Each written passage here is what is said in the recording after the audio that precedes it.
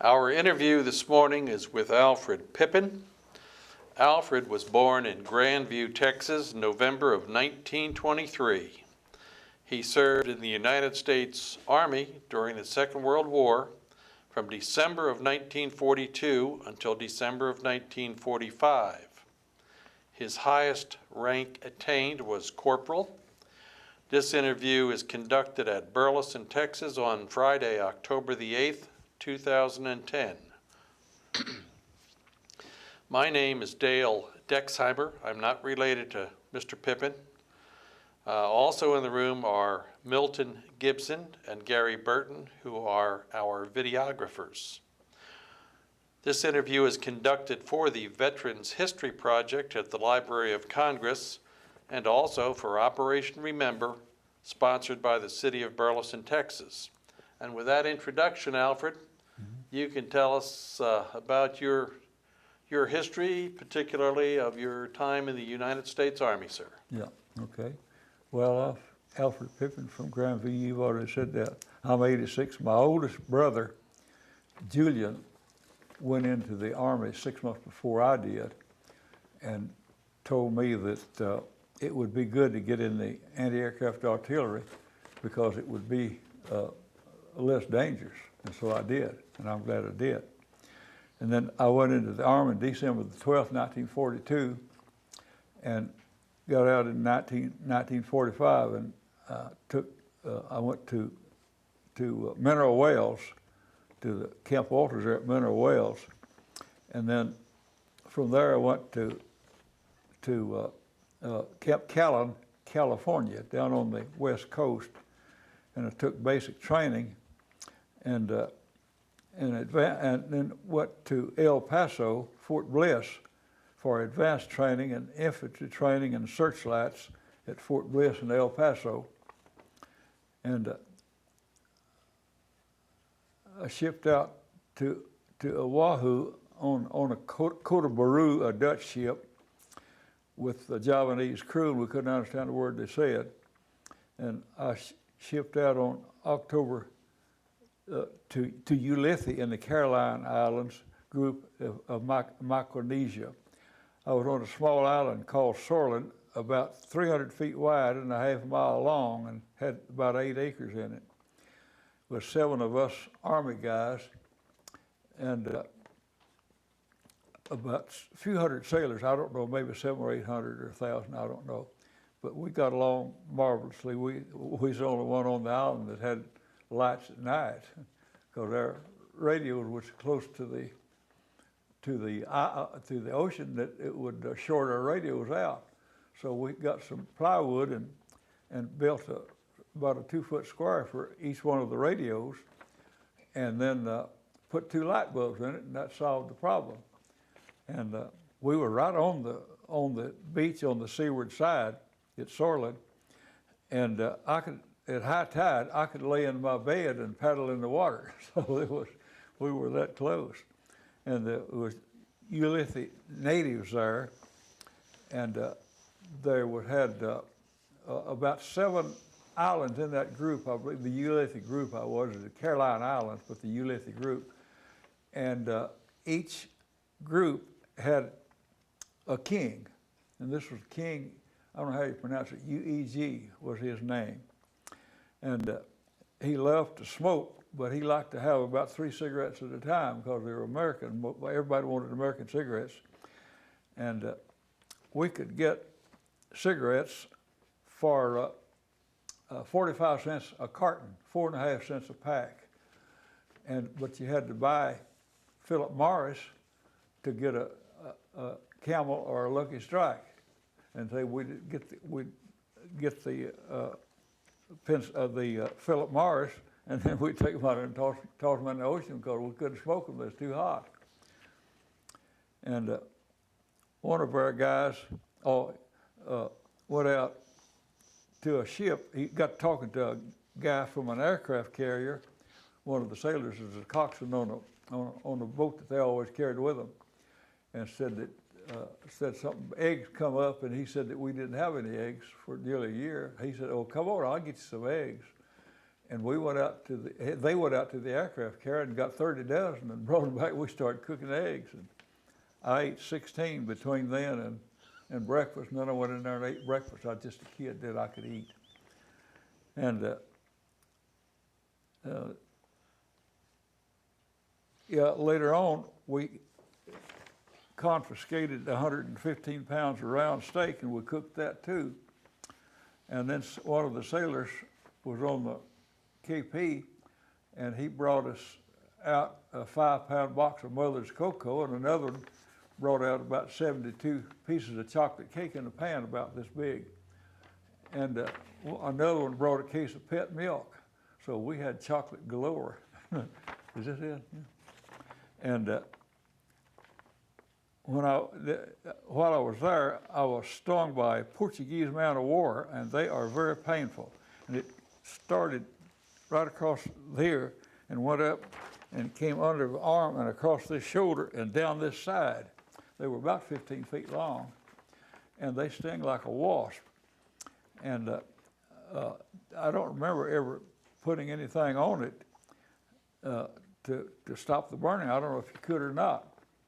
And then in about July, we were issued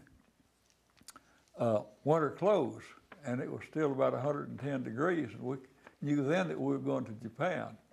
And we wasn't happy about that because they'd already told us that there would be at least 75% casualties.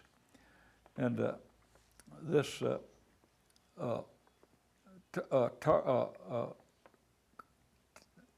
the torpedo came in. They made a boat out of a torpedo, and this Japanese would get in it and steer it. It had a battery-operated motor run about 3 miles, and he got under the net some way there and sank that tanker there in Ulithi Harbor. And we stood out there and watched it burn for about 3 hours, and it finally sank. And then here, several months ago, a year or two ago, they was trying to find that tanker because the waters at Ulithi, those beaches are just pristine. There's nothing of blemish at all in that. And they finally found it, and it was bottom side up. The reason they couldn't see it, and the screws sticking up. And they got down there some way and drilled a hole in that and pumped out about 2.5 million gallons, but it still has about 1 million gallons left on it. Of course, that's better than what they had to start with.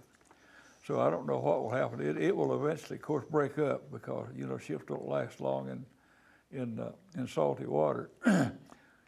And on March the 13th, 1945, we was 92 miles south of the island of Yap, Y-A-P. And somehow those Japanese put together four planes that would fly, and they came over, and one of them hit an aircraft carrier and killed about 30, and burning gasoline burned about 60 more. And then there was the second one dove to hit a heavy cruiser, and he completely missed it. Of course, those kamikaze, they wasn't pilots. They teach them to take off, but they didn't know how to land because they wasn't coming back. But one of them decided he'd go back, and so he took off, went back to Yap, and crash landed, and we never did know if it blew up or what happened to him. And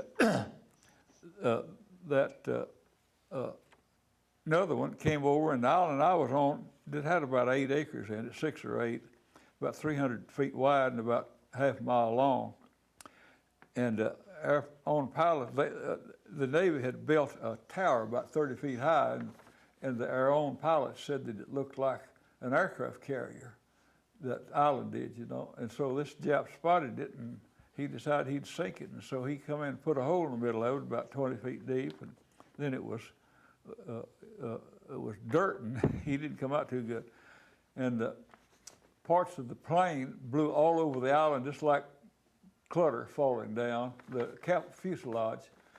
But the explosion from the 2,000-pound bomb tore up the plane completely, and nothing was left but the motors and the landing gear, and it had American tires made by Goodrich, and that was that Lend-Lease stuff I guess they had, and they thought it was. I was about 150 feet away, and standing up, but it was an armor-piercing bomb, and it went into the ground. Otherwise, I wouldn't be here. And tried to sink. It would. He killed three of the sailors on the island that I was on, and burned 13 more. I believe it was. And then the pilot radioed back to the island, to Yap, that he had spotted the world's largest aircraft carrier and was going to sink it. And so he went in on it, and of course it wasn't an aircraft carrier at all. And that one of the motors landed in the mess hall about 100 feet away, and his left arm landed about 20, 30 feet from where I was standing, and some of the sailors got hold of that arm and was going to sell those fingernails for $5 a piece. Somebody finally stopped them. I got back to the officers, I guess. And he radioed about the island, the carrier that he was going to sink. And of course, Tokyo Rose got a hold of it, and she told us that was going to happen to us and things like that, you know, that if we didn't go home.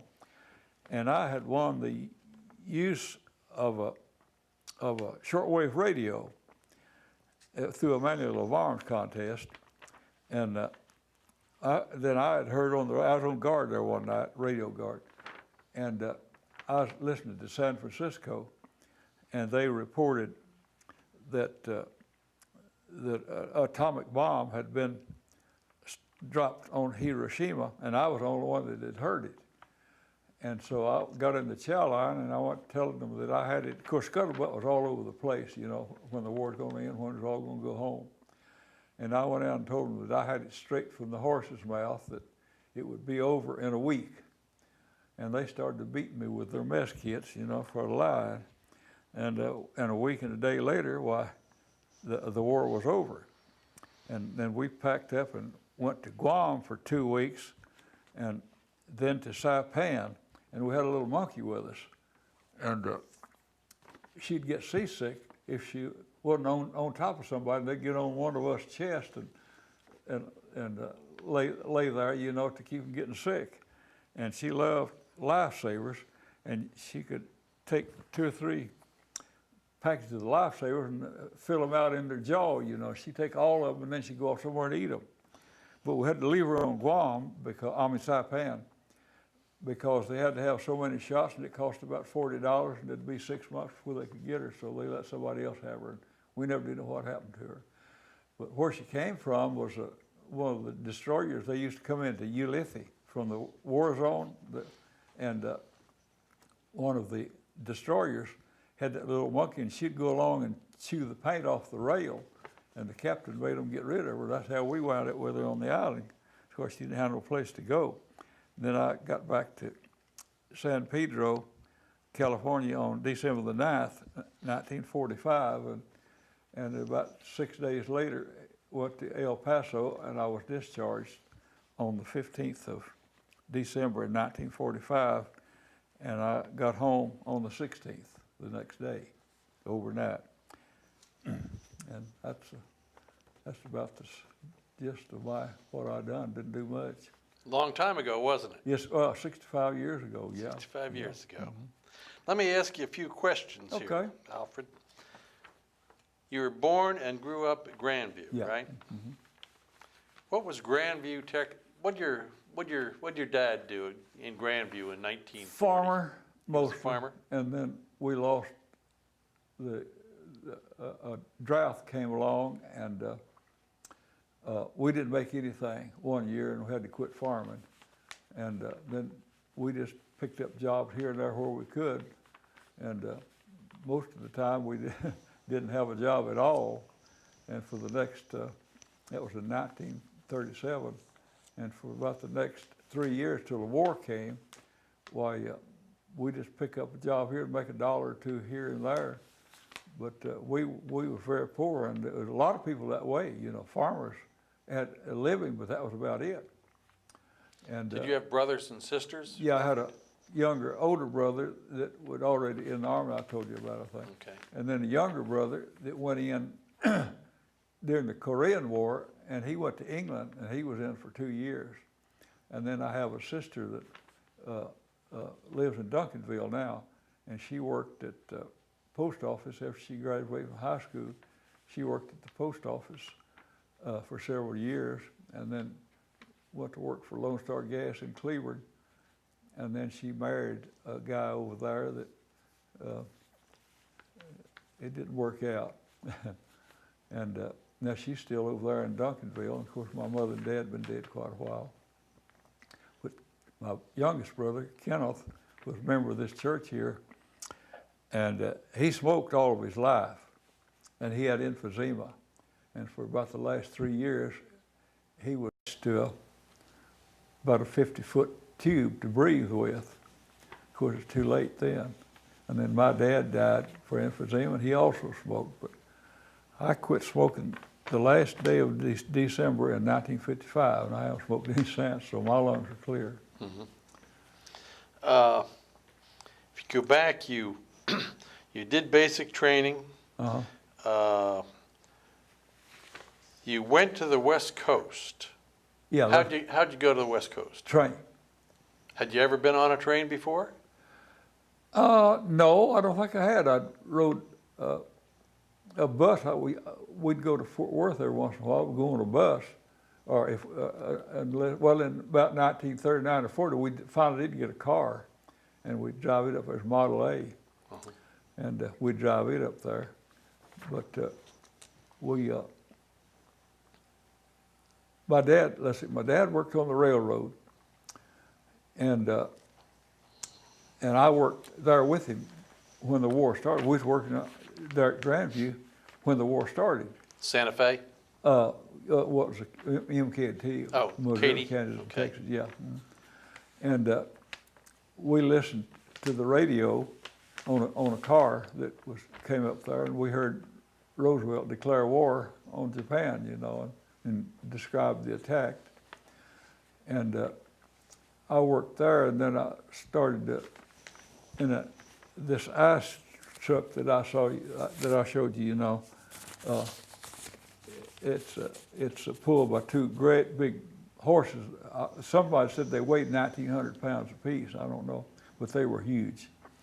And I run that, and I was the manager of the plant there for a year, and then that's where the military got me, was at that running that ice house. If you go back to this train ride to the West Coast, it was a troop train? Yeah, yeah. There's nobody on. How long did it take you to get to California? I'm thinking about 2 days, 2 or 3 days. I don't remember. I know they were pretty slow, but that one, when I was discharged, it went back from El Paso to Fort Worth. They made it overnight, and the next morning I was at the train station in Fort Worth.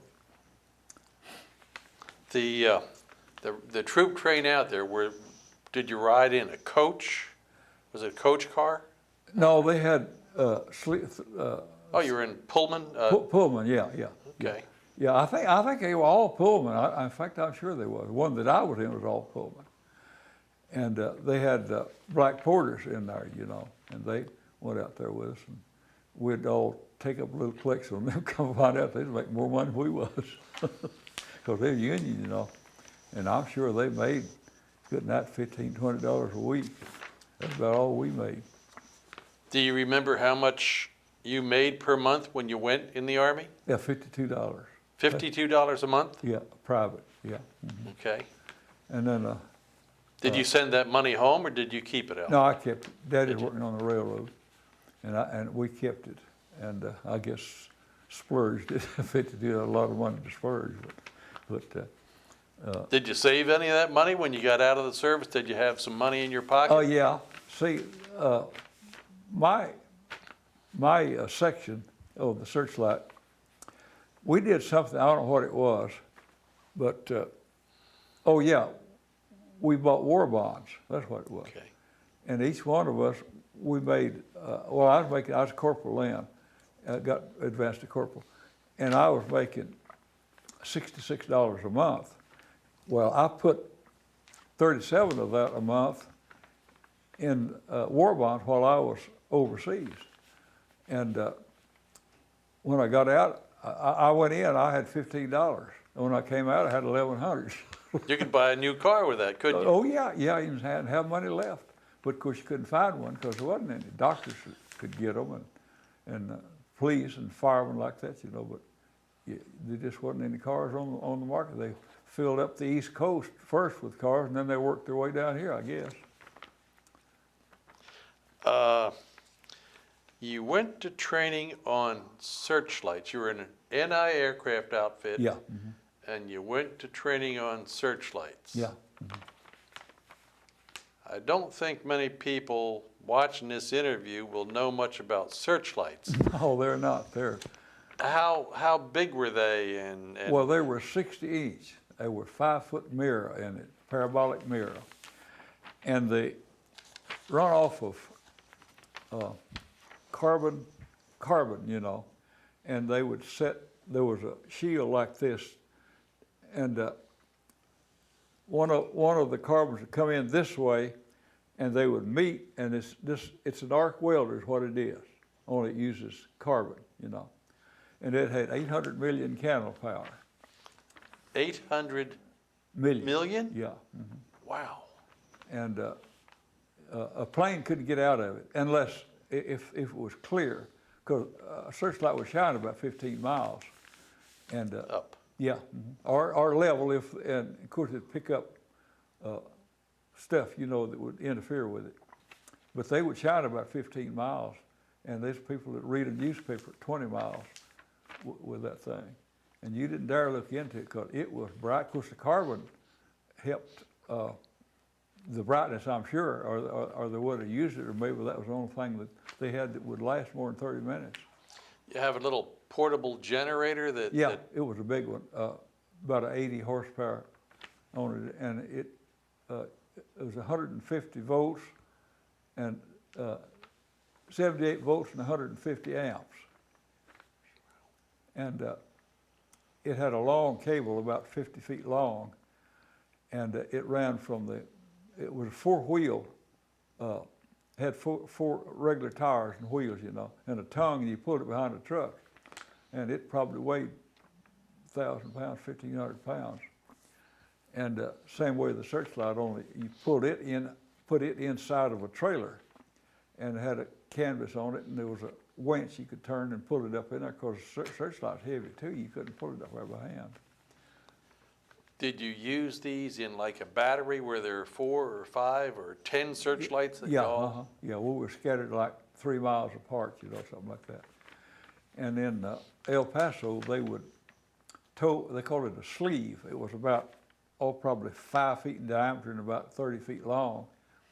And they would tow it behind an airplane, and we would get targets. Had about, I don't know, 500 or 600 foot cable on it, I guess, because they didn't want to get too close to us. Did you? And then you shot at the sleeve? Yeah, and I shot it down one time. I shot the cable in too with it.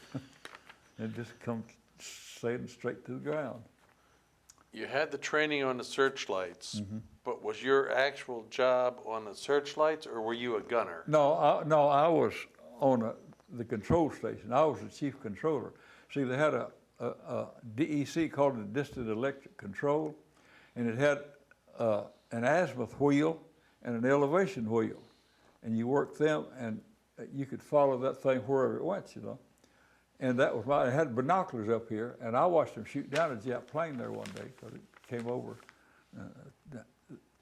taking too many pictures, I guess. How big were the guns, Alfred? Well, this 50 caliber is all we had. Oh, okay. Yeah. Was it a single 50 or was it No, three it was one. It was water-cooled. Yeah, one Okay. water-cooled 50. Yeah. And, So you had a searchlight that would shine 15 miles. Yeah, about that. Something like. And how far would the gun shoot? About 4.5. About 4.5. Yeah, 50 Okay. caliber. At 45 degree, that's it. That's the angle that you can get the most distance out of. Of course, the higher you go, well, then the quicker it falls back this way. So you could actually see an airplane out there somewhere, and he'd be too far away for you to shoot at. Oh, good nights, yeah. 90 millimeter wouldn't even shoot that far, because 90 millimeter would probably shoot about 8 or 10 miles. And if they were 15 to 20 miles up in the air, now they couldn't get out of that beam either, because it was a pencil beam, you know, it wasn't spread.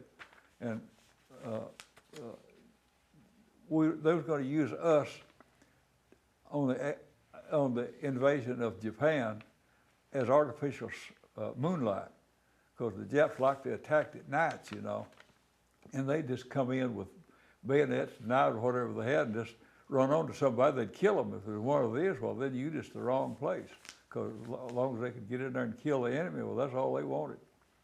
And that's what we was all afraid of, because they could overrun us. All we had is that 50 caliber, and they could overrun us anytime, because the civilians was going to be included in it, and they told to get a pitchfork preferably, or get a rake or a hoe, or they would take bamboo and sharpen it off, and dip it in horse urine, and then stick us with it, you know.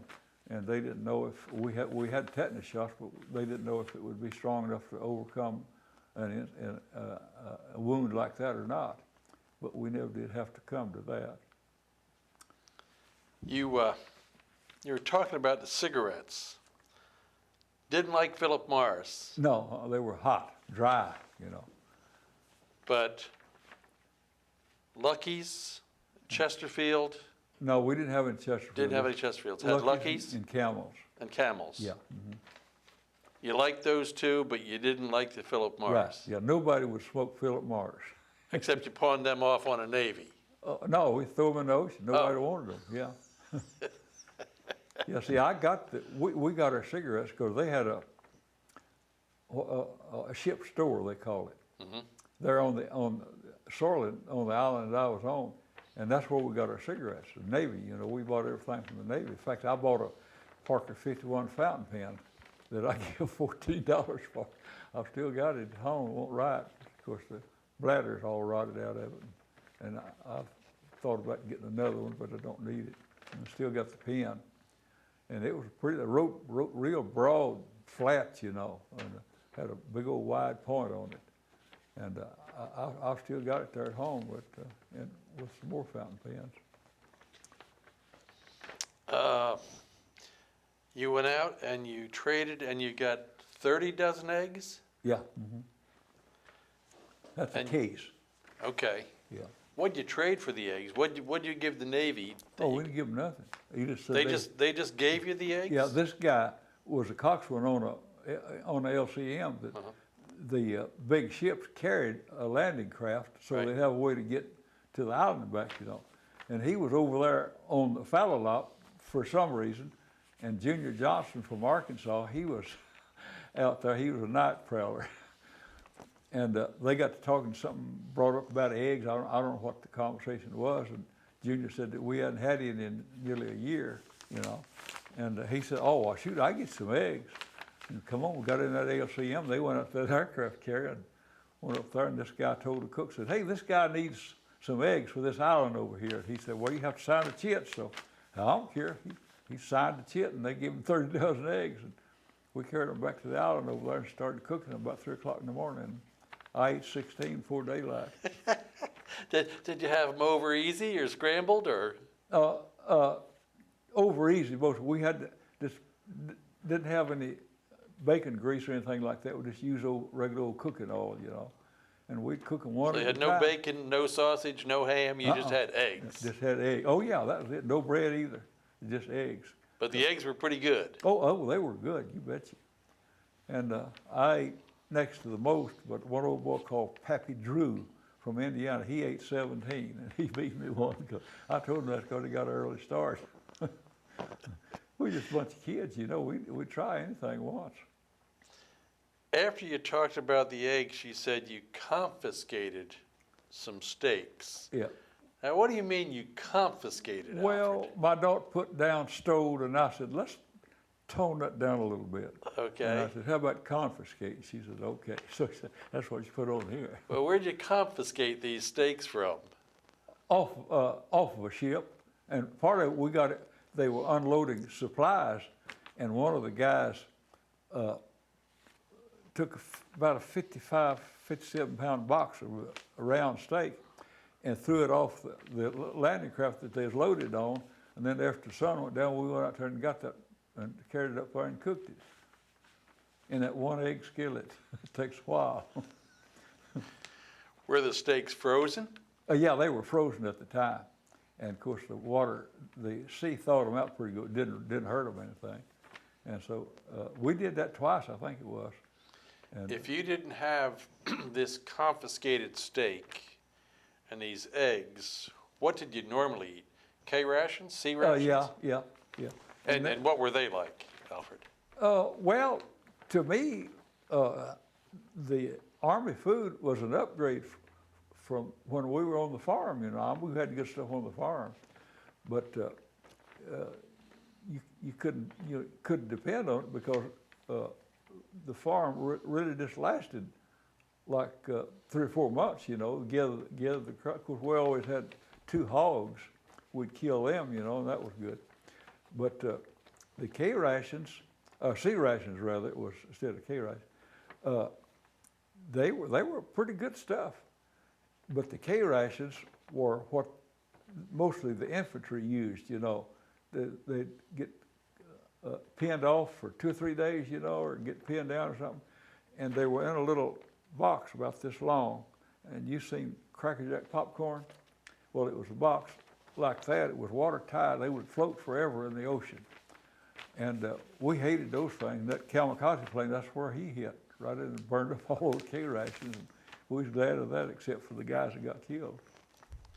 Well, the rations that you had, C rations. Yeah, C rations.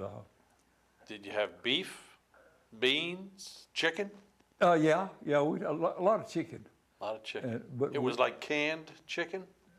No, they were whole chickens, and they were probably frozen and thawed out, you know, and so they could cut them up. I didn't know if they were frozen. Pretty sure they were frozen. They wouldn't keep that long because it'd take a month to get over there from San Francisco. They were cooked already? No, they were frozen. So how do you cook them? Well, the cooks, we had a kitchen, okay. you know, had a regular kitchen, you know. Okay. And I know because I put KP in one of them 2 or 3 times. It wasn't fun. Your experience with the Portuguese man of war. Now, this is like a fish or an eel or? More like a string. Like a string? Yeah. So were you swimming or something? Yeah, I was out there. Well, I was looking for seashells. And I got a piece of coral. It's at home, it's about that big. And I found it one day, and I went and got me a crowbar and pried it loose, and I've still got it at home. And but this Portuguese man of war, now they were, like I say, they were probably 15 feet long, and just floated around, you know, like a jellyfish. Now jellyfish is bad. I think they're poison, really. But this Portuguese man of war, they just float around. You can see them in the ocean, but they're hard to see, and I didn't see that one. And that's when he got me. He must have stung me 40 times, but boy, it hurt. And the Army didn't have any medication or anything? I don't recall ever doing anything about it. It's just part of the life, I guess. I don't. How long did it take you to get over this, Alfred? A couple of days. It was feeling a lot better later on in the day, you know. Did you get big red welts? Yeah, it's like you're stung with a wasp, you know, only about 40 of them. And that's the first time I'd ever seen. But I'll tell you what, I don't ever see another neither. That's the worst pain I guess I ever had, you know, other than natural pain. At Ulithi, Ulithi, you saw this tanker get torpedoed. Yeah. And she sank. And then here just recently, in the last couple of years, they've gone back and siphoned the oil out of that? Last year. Last year. Yeah. Lay there for about 64 years. And they knew that it was going to break because there's no such thing as a flat ocean floor except on the beach, you know. There are always rocks out there or something. And they settle on that rock, and that rock will hold them up for a while, you know. But over the years, the salt water takes its toll on the metal ship, and it'll break into it, and then all the oil come out. So they went out just to save the beaches and what Right, have you. yeah, right, exactly. They debated a long time how to do it, and they had never done it before. And they How found far down was this tank? it was 135 feet, 135 feet. and they went down, and it was bottom side up. When they torpedoed it, then it capsized as the side of the tanker filled up with water. It capsized and went in bottom side up, and the screws were sticking up like this. And that's the way they found it. They look at it, but it was at a distance. And the divers went down, and then they saw the screws, and then they knew that was it. And then I think they could see the name on the side of it. I believe it did. I can't remember what the name of it was. It was a funny name. This wasn't crude oil. This was refined product, I guess. wasn't it? Probably, yeah. I think most of it was aviation fuel, mostly. And of course, it was diesel, because a lot of diesels in the military. And all the landing craft had diesels on them, General Motors diesels on them. I think there was 250 horsepower each of these. That diesel fuel wasn't still usable after all those years. I don't know if diesel would deteriorate or not, Okay. but they siphoned it. Some way they put a deal. I don't know if they bored a hole in the bottom of the tanker and bolted that on there, but they put about a 4-inch rubber hose on and screwed it down on that, after that had been mounted. And then there was a valve there, and then they could open that valve, and then that ship out there would suck it off. And they sucked, I think, 2.5 million gallons they took off, I believe it was. One last thing here, Alfred. You said you were listening to, you listened to San Francisco, and that's where you heard about the atomic bomb. Yeah, right, yeah. Before that, you had mentioned Tokyo Rose. You ever hear Tokyo Rose? Oh, yeah, yeah. She always telling you somebody that what your wife was doing, you're having a big time while you're gone, you sucker. And then talk about how great the Japanese Army was, which was, they was great, there's no question about that. But they'd give you the street number and her name, and one of your friends, one of his friends, and say, boy, they're having a time while you're gone. You would sit in your Radio Shack or whatever you called it, Yeah, tent, your yeah. comm center, Yeah. and you could dial in and you could get Tokyo Rose loud and clear, I guess. No, well, the one that I listened to her on was a little WVTY was the name of the little radio station that the Navy had there, and she come in on WVTY.